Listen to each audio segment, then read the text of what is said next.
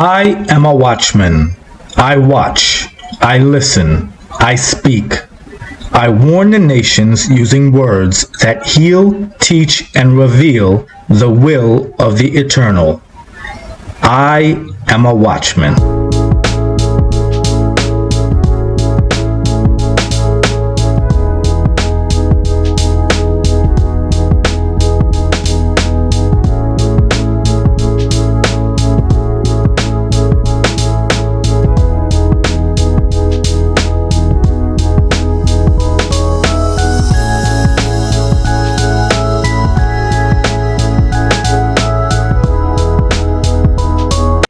Previously on Next 5 Minutes.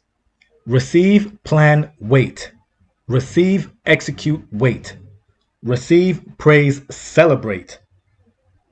You don't need help. You need leadership.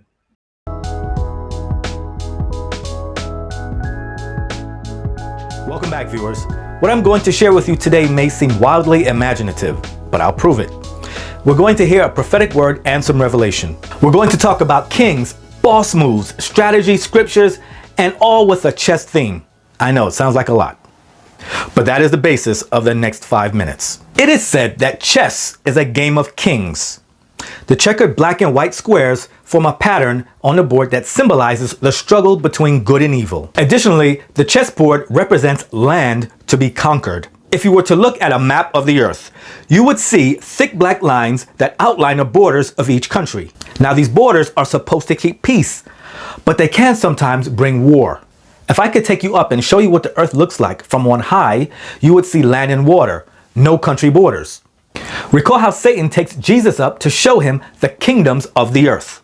Note, he offers Jesus kingdoms, not countries. Some of you see where I'm going already. Because not all kingdoms are physical.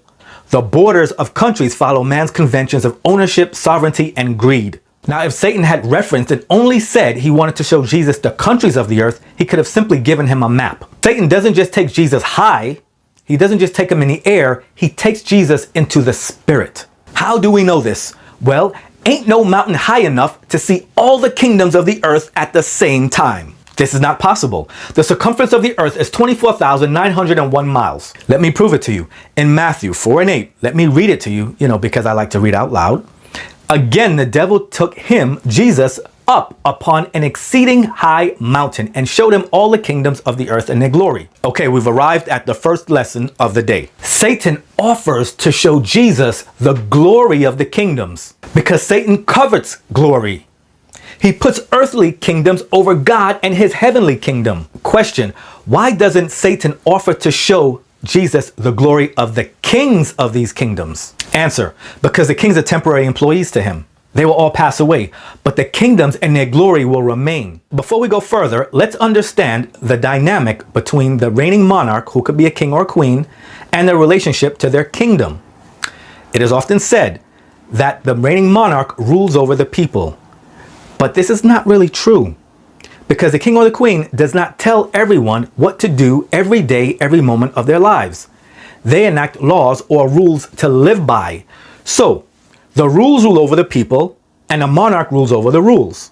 This will be important as we go forward. The first rule in chess is to understand that your pieces and your squares are your color. In real life, it's not so easy to identify your opponent. There are countries at war right now where if you took one representative from each country and put them side by side without a label, you could not tell the difference between the two. So we have to ask the question, how could two countries who are adjacent to each other, who share the same culture, maybe even the same language, fight each other in war? And the answer is this: they are a part of the same kingdom, but they have no reigning king over them. Each country has an enemy agent assigned to it, and so does every kingdom. But without a king over that kingdom, the countries within the kingdom will fight, usually over resources or religion. The United States will remain so long as the British crown remains. But why is the United States tied to the British crown? Because it is written in the book of life that the King of England is also the King of the United States. Why is this? We just covered spiritual kingdoms. Only kings should conquer land, not presidents or prime ministers. The kingdom belongs to kings, but the land belongs to God. Take a look at Canada and the US. These countries share the world's longest undefended border, and they are also part of the same spiritual British kingdom. Let's do a dateline. It's 1606 and King George I is on the throne.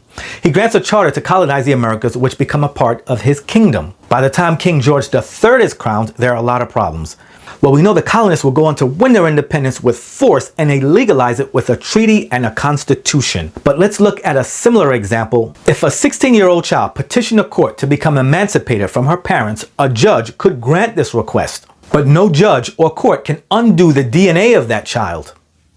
No court document can undo the live birth that mother performed for that child. And of course, nothing can undo the spiritual tie between that child and her parents. So if you ever meet the King of England, you should say, "Oh King, live forever." When those royal people come over here, you better roll out the red carpet.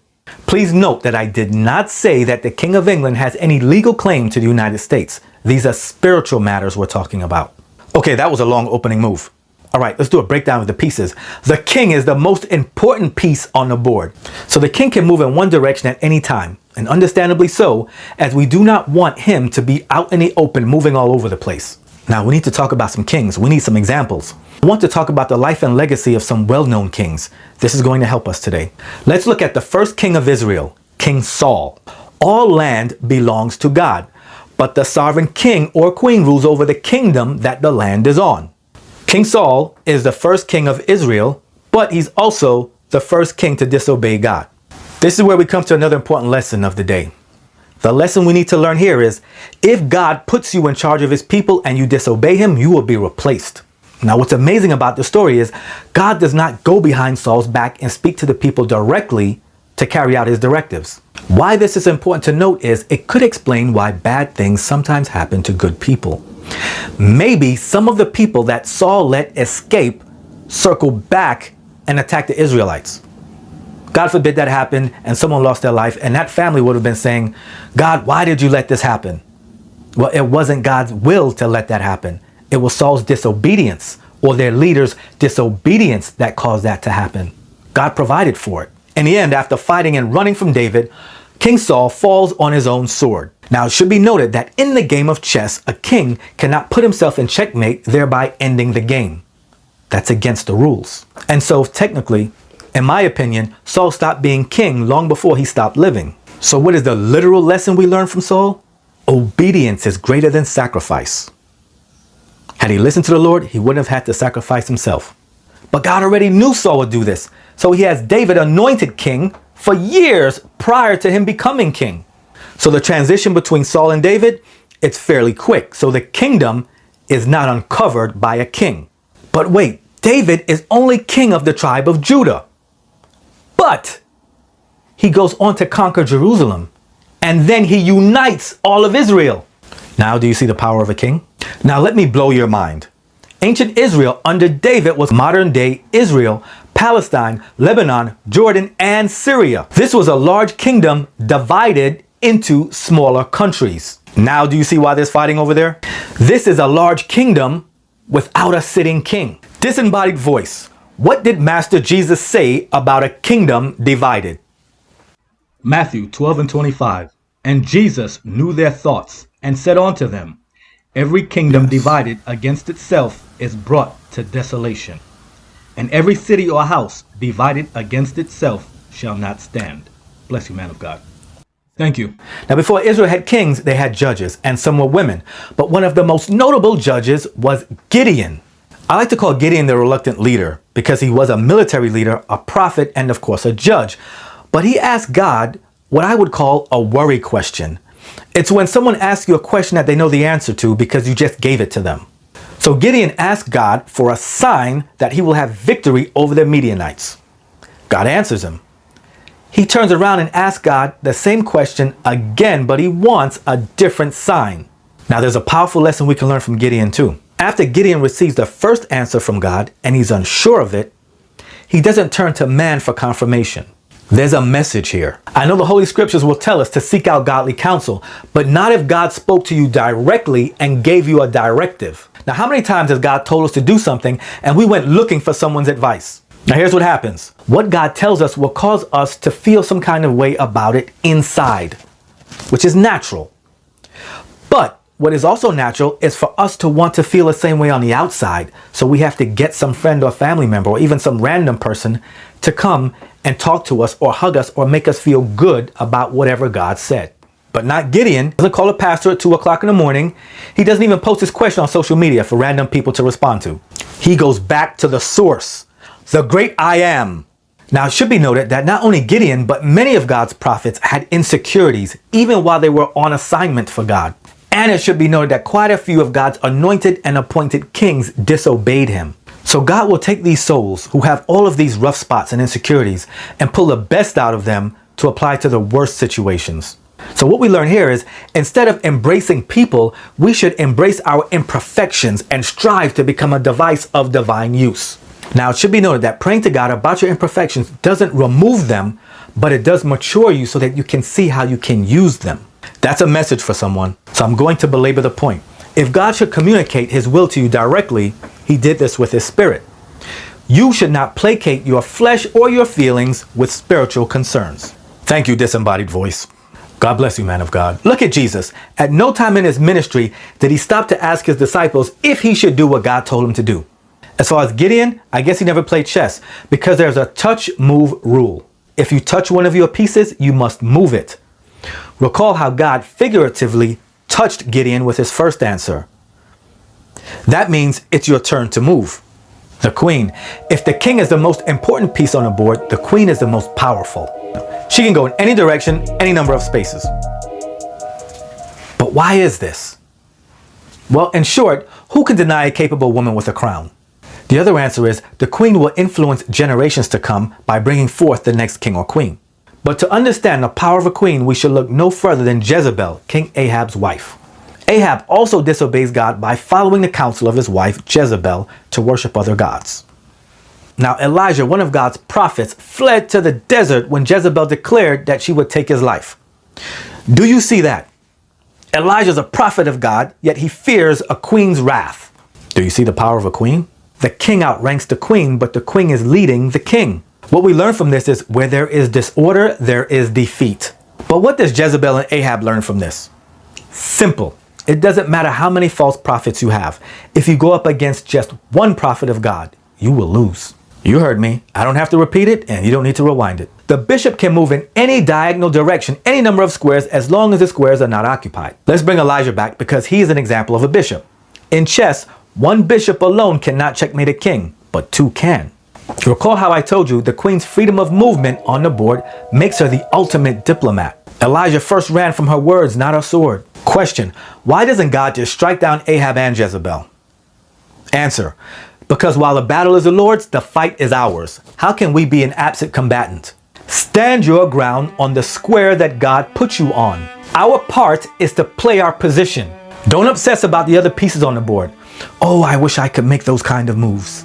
All right, let's get prophetic.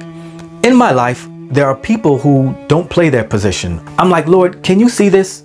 Can you change this for me? And then I read the scripture, 1 Kings 18:46, which says, and the hand of the Lord was on Elijah, and he girded up his loins and ran before Ahab to the entrance of Jezreel. Look at that. God let me prepare this entire message for 3 words. Gird your loins. This means get prepared, get ready. For Elijah, it meant prepare to run. For me, it means be prepared for a move of God. But I don't think God will also move the people and the circumstances around me. And I share this with you because I suspect some people have this same situation in their lives. Now, I want to remind you, God does not pick up Elijah and move him. He gives Elijah power to move himself. Gird your loins, be prepared to move. So Elijah, with this superhuman power that he receives from the Lord, outruns Ahab and his chariot and horses. But why? Why does God have him do this? Because to Ahab, Jezebel represents his last hope. All his prophets are wiped out, and his gods are proven to be ineffective. So he runs home to his wife. But if this situation were a game of chess, 2 pieces could not land on the same square at the same time.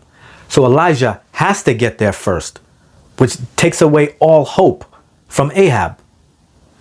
But not Jezebel for some reason. All these terrible things that occurred to Ahab and Jezebel were all warnings from God. Listen, if God has your opponent outrun you and your horse and chariot, this is a sign that your opponent is favored. But what God does is so awesome.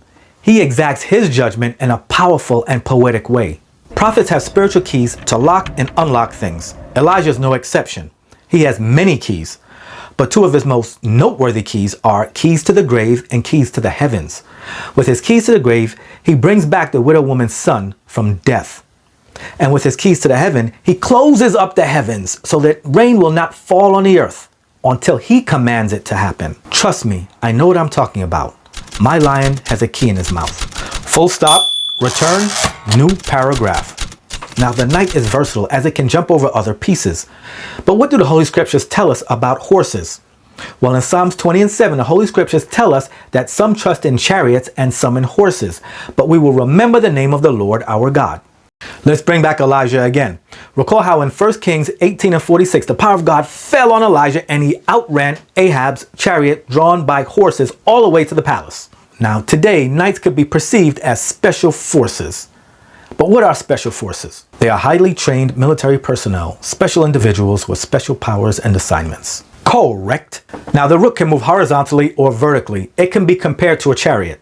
It also has the honor of being the only piece that can switch places with the king if it is in an adjacent square. It almost sounds like the rook is a bodyguard to the king, right? But the rook can only do this once per game. This piece is better suited to move any number of spaces that are not occupied in a horizontal or vertical path. And due to the long range of the rook and their lethal power, their modern day incarnation would be a long range bomber or an aircraft carrier. This piece allows the king to project power far from his lines, but very close to the enemy. Power projection is also a form of diplomacy. And lastly, we have the pawn. Now, the pawns are the most numerous pieces on the board. The pawn is the only piece that can receive a promotion. If your pawn reaches the 8th rank on the board, you have the option of promoting it to any rank other than king. The same is true for life. Common people can rise through the ranks of a company, an association, or even a military unit. They could even lead a coup, but they cannot be promoted to king, and they should not conquer land. Now, while Nero is not mentioned in the Bible, it is thought that Paul spoke about him after his missionary journey. In truth, Nero is an emperor which outranks a king. But Nero is a madman and a fool. He is the father of pornography. He forced children to perform intimate acts with each other for his pleasure. Unclean. Yes, disembodied voice. People who exploit children are unclean. Nero also executes Christians for sport. We have another special guest. In the first Black Panther movie, T'Challa goes to the ancestral plane to speak with his father, who says to him, "It is hard for a good man to become king." Yes, I would agree, but it is not hard for a man of God to become a good king. So there's a difference between becoming a king and being a good king. Let's look at the life of Hezekiah. Hezekiah is a righteous king. He never leaves the Lord. This is a king who can do anything he wants, have anything he wants, but he decides to be obedient to God. When God tells Hezekiah to get his house in order because he will pass away, Hezekiah turns his face to the wall and he weeps sore and he asks God to remember his good works. God heals him and extends his life. Do you see the power of a king, a righteous king? But there is a king even greater than Hezekiah. This man, Jesus Christ, he is also called the King of Kings. This is a man who can walk through a group of people who want to take his life. That's a boss move right there. He actually walks through the midst of the group who want to take his life. The midst is the middle. Jesus is not concerned with getting all the accolades and all the glory for himself. No, not this king. He wants to save our immortal souls so that we will dwell in his Father's heavenly kingdom. Now do you see the power of a king? A king keeps order in a kingdom. In the case of Jesus, he is sent to do what? Restore order. Now, do you believe all that I shared with you today? Do you still believe me even though you cannot see me? Would you continue to believe me if you could not hear me?